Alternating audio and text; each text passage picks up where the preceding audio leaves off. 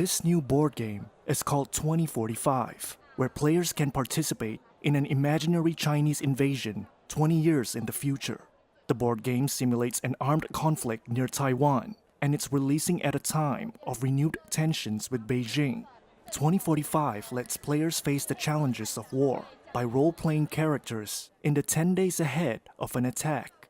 Gamers use colorful cards to take on the guises of Taiwan soldiers, Chinese spies, pro-China politicians, and citizens defending their home. China claims democratically governed Taiwan as its own and has never renounced the use of force to bring the island under its control.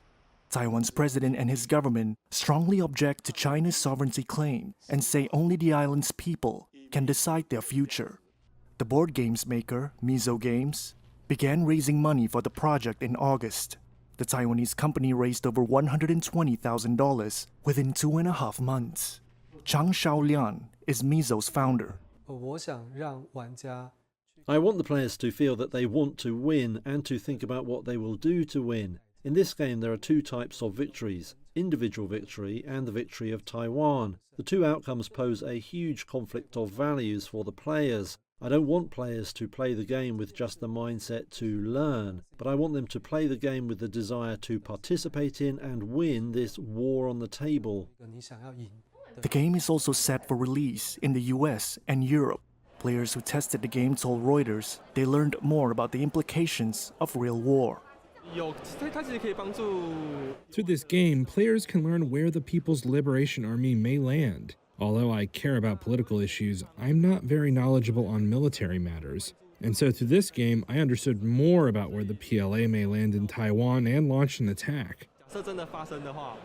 China has ramped up military activities close to Taiwan in recent years, including massing naval forces around the island this month.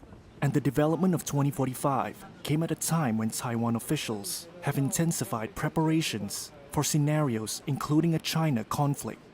Last week, Taiwan's presidential office said it had held its own tabletop exercise for the first time with government agencies beyond the armed forces. Officials told Reuters the exercise simulated scenarios of the island on the brink of conflict to test the readiness of the government and civil society.